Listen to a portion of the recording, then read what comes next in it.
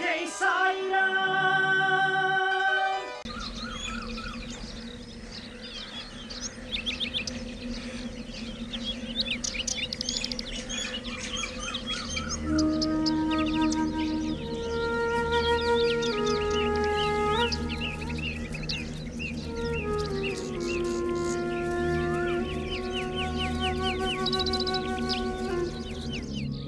चलो चलो चलो, अरे जल्दी करो।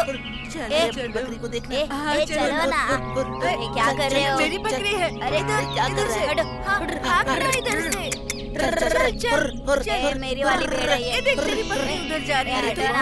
उधर से भागना। आओ यहीं बैठ कर खा। चलो यहीं पर बैठ के खा लेते हैं। हाँ हाँ, मुझे भी बहुत जोर की भूख लगी है। तो खाओ ना। हाँ, तू क्या लाया है? मैं रोटी हाँ, सब्जी लाया ये हूँ। लेना। बहुत अच्छा है। मेरे खाओगे? में से ले ले। हाँ। हाँ। मुझे भी देना।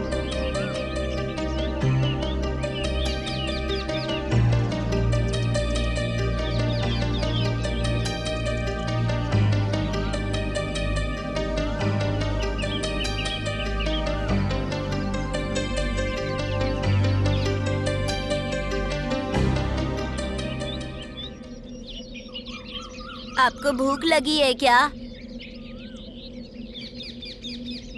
कुछ भी नहीं होगा, आपको भूख लगी है। मेरे इतने छोटे से पेट में भूख लग रही है तो आपको नहीं लगी होगी क्या?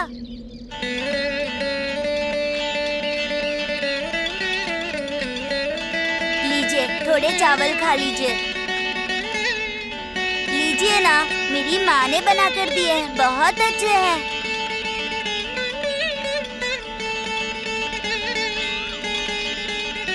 अल्लाह भला करेगा।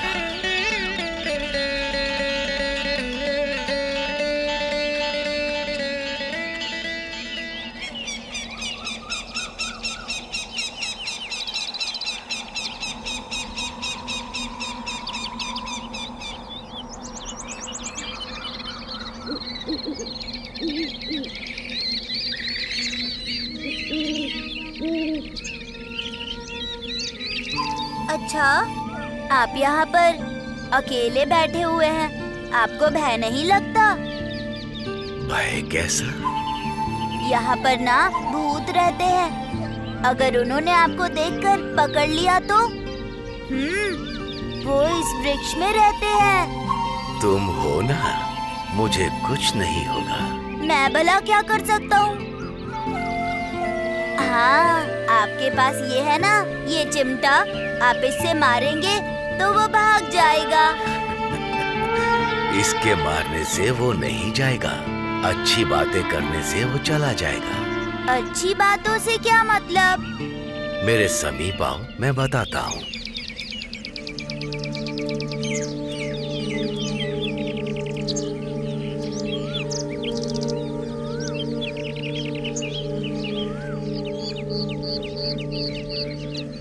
अब बताइए मुझे, भूत के आने पर क्या कहेंगे उससे?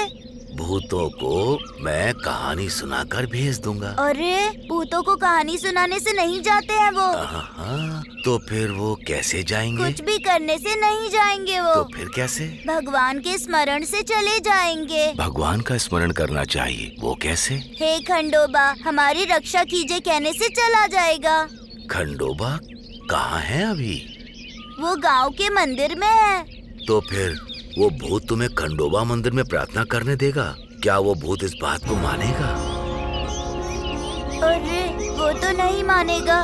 तो फिर क्या करेंगे हम? वही तो विचार कर रहा हूँ। छोड़ो, अच्छा एक काम करते हैं। क्या काम? उससे ये कहना कि भगवान यही है और वो चला जाएगा। यहाँ? कहाँ है वो? मुझे दिख नहीं रहे। अच्छी तरह देखोगे तो दिखाई देंगे। अच्छी तरह देखने से क्या दिखाई देंगे? इधर बैठ। पहले ये बताइए कि भगवान कैसे दिखते हैं? तुम्हारे जैसे ही दिखते हैं वो। मेरे जैसे दिखते हैं? अच्छा, तो फिर अल्लाह कहाँ रहते हैं? इन सभी में रहते हैं वो। और यीशु? अनंत प्रभु भी सभी में निवास करते हैं। इतने सारे भगवान क्यों हैं? एक पर्याप्त नहीं है क्या? सबकी अलग अलग पसंद होती है। तुम्हारे लिए एक भगवान, उनके लिए एक भगवान और किसी के लिए भी एक भगवान होते हैं। वो उसको पुकार के उसकी पूजा भी करते इतने हैं। सारे भगवान में से सबसे श्रेष्ठ भगवान कौन से हैं? ये भगवान श्रेष्ठ हैं, वो भगवान श्रेष्ठ हैं, ये वेदों में पहले से ही अंकित है। तो फिर हमें ऐसे वेद बनाने चाहिए जिसमें सारे भगवानों का अर्थ एक ही हो। ये बात सभी को समझने की आवश्यकता है, बस उन्हें पुकारने का नाम अलग होता है। परंतु जब हम ऊपर वाले का स्मरण करते हैं तो वो सभी भगवान हमारी प्रार्थना सुनते हैं और हम सोचते हैं कि हम उस भगवान की प्रार्थना कर रहे हैं। लेकिन भगवान एक ही होते हैं, उन्हें भक्ति चाहिए होती है। भक्ति से जब कोई भगवान को पुकारता है तो वो उसकी प्रार्थना सुन लेते हैं। भगवान के लिए अपने भक्त की भक्ति ही सर्वश्रेष्ठ होती है। सुनिए फकीर, अगर आप हमारे बच्चों को छोड़ देंगे तो हम इन्हें लेकर अपने घर चले जाएंगे। हाँ जरूर।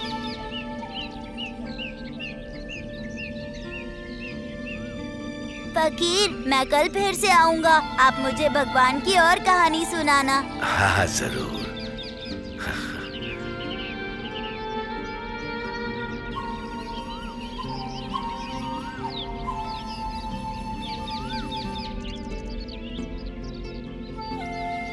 अल्लाह मालिक।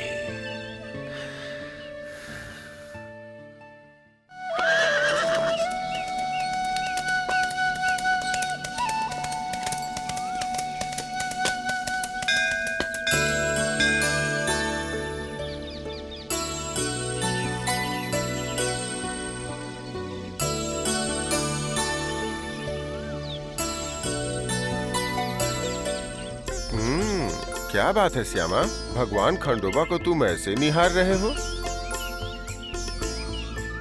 सच है महालसापति, भगवान खंडोबा को जितना भी देखूं, मेरा जी ही नहीं भर रहा है।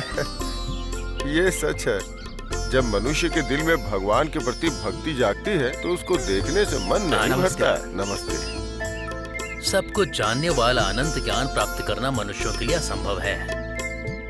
मानव के लिए ये सब इतना आसान नहीं है। वैसे आपकी दृष्टि में मनुष्य परिपूर्ण कब कहलाता है? उस भगवान के द्वारा दिए गए जीवन को जब हम भगवान की भक्ति में अर्पित करते हैं, तभी मनुष्य का जीवन सार्थक कहलाता है। मुझे कुछ समझ में नहीं आया, क्या आप मुझे विस्तार से बताएंगे? हाँ, समझाता हूँ।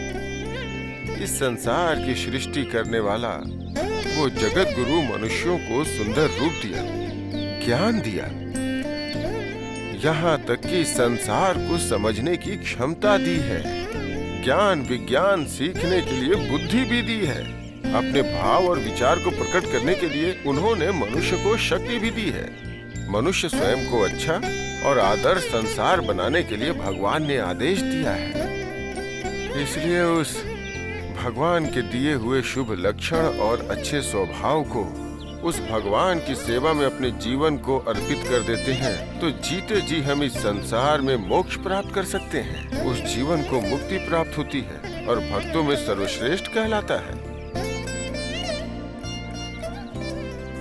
वैसे ही हर मनुष्य अपने इंद्रियों को शांत और निर्मल मन के साथ निस्वार्थ भक्ति के साथ भगवान द्वारा दिए गए इस जीवन को उनकी ही सेवा में अर्पित कर देना चाहिए। वैसे इन दोनों दृष्टि से संसार के सृष्टि करने वाले भगवान का दर्शन करना चाहिए।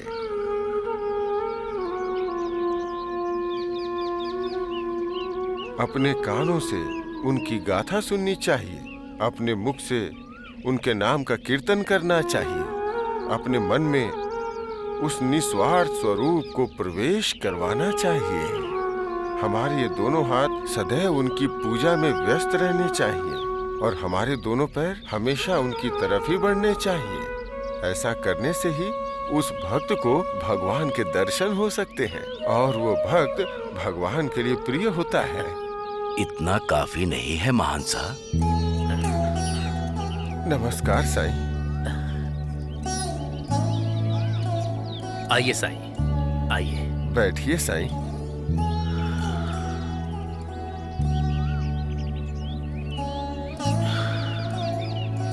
हाँ महान सा, केवल इन चीजों से भक्त भगवान का नहीं हो जाता है। जो लक्षण तुमने बताया है वो भगवान को प्राप्त करने लायक है, उसमें कोई संदेह नहीं है। किंतु भगवान को प्राप्त करने के कई और उपाय हैं। हाँ बोलिए साईं, आपके द्वारा सुनना हमारा सौभाग्य है। हाँ साईं। मानव पंच यज्ञों को निरंतर पूरा करता है, तत्पश्चात वो परिपूर्ण होता है। वैसे पंच यज्ञों का अर्थ क्या होता है साईं? हर मनुष्य को बिना किसी भेदभाव के साथ पंच यज्ञों को करना चाहिए। क्या ये सभी के लिए संभव है साईं? हाँ संभव है। यज्ञ का अर्थ ये नहीं कि हर कोई समझता हो, उसके साथ साथ ये 5 यज्ञ बिना भूले ही करने चाहिए। बोलिए साईं, वो कौन से पंच यज्ञ हैं? पहला है देव यज्ञ, दूसरा है ऋषि यज्ञ, तीसरा है पितृ यज्ञ, चौथा है भूत यज्ञ और 5वां है मनुष्य यज्ञ। असल में यज्ञ क्या होता है? यज्ञ का अर्थ अपना आभार व्यक्त करना होता है। हमें जीवन देने वाले के प्रति अपना आभार व्यक्त करते हुए आराध्य करना ही यज्ञ कहलाता है।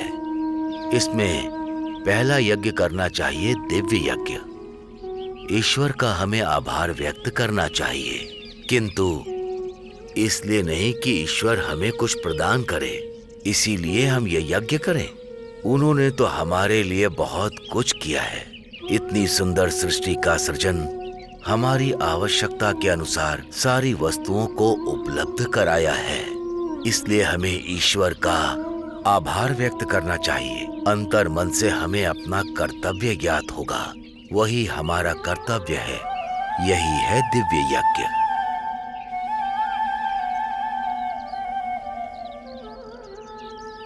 हमें कितने ग्रंथ, कितने शास्त्र, कितने ही विधि विधान को और संस्कार के रूप में देने वाले ऋषि होते हैं। उनकी दी गई विद्या ही हमारी संस्कृति कहलाती है।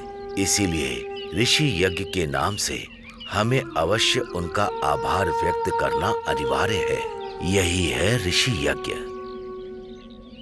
इसके बाद है हमें जन्म देने वाले हमारे माता पिता और उनके माता पिता। ऐसे 3 वंशों को स्मरण करके उन्हें पितृ कर्म के द्वारा हमें इतना अच्छा जीवन प्रदान करने के लिए हमें पितृयज्ञ के द्वारा हमें उन्हें आभार व्यक्त करना चाहिए। हम यहाँ जो जीवन जी रहे हैं वो अकेले नहीं बल्कि एक दूसरे के सहारे ही अपना जीवन व्यतीत कर रहे हैं और जीवन जी पाने में समर्थ हैं। मनुष्य को जीने के लिए खाना, वस्त्र, छत और उसके अलावा कई चीजें चाहिए। ये हमें दूसरे मनुष्य के द्वारा प्राप्त होती हैं। अर्थ है हम दूसरे मनुष्य के कारण ही जीवन जी रहे हैं। हमें उस मनुष्य का आभार व्यक्त करने के लिए मनुष्य यज्ञ करना चाहिए। सृष्टि का अर्थ ये नहीं कि सृष्टि केवल मानव के लिए बनी है। हर प्रकार के जीव जंतु के कारण मनुष्य जी पा रहा है। उनका रूप इसी प्रकार है और कई जीव जंतुओं के आधार पर उनके प्रति जो हमें प्रेम व्यक्त करना चाहिए, उनके दिव्य को समझकर भूत यज्ञ के नाम से आभार व्यक्त करते हैं। यही भूत यज्ञ है। इन सभी यज्ञों का पालन करते हुए भगवान की सेवा करने से मनुष्य भगवान के परम भक्त हो जाते हैं। हर मनुष्य में ये भावना आवश्यक होती है कि अपने जीवन को धन्य करे। अल्लाह मालिक। साईं, हर मनुष्य को आपने कर्तव्यों का निर्वाह करते हुए आपने मोक्ष का मार्ग बताया है। आपके इस ज्ञान से हमारा जीवन धन्य हो गया और आपके आने से ये शिरडी पावन भूमि बन गई। अल्लाह भला करेगा।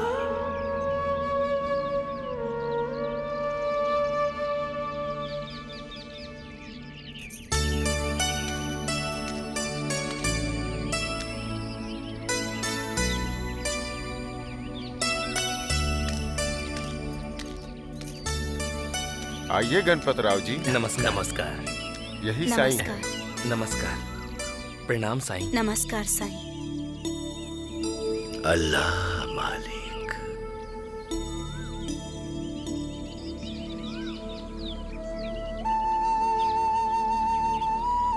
दीदी,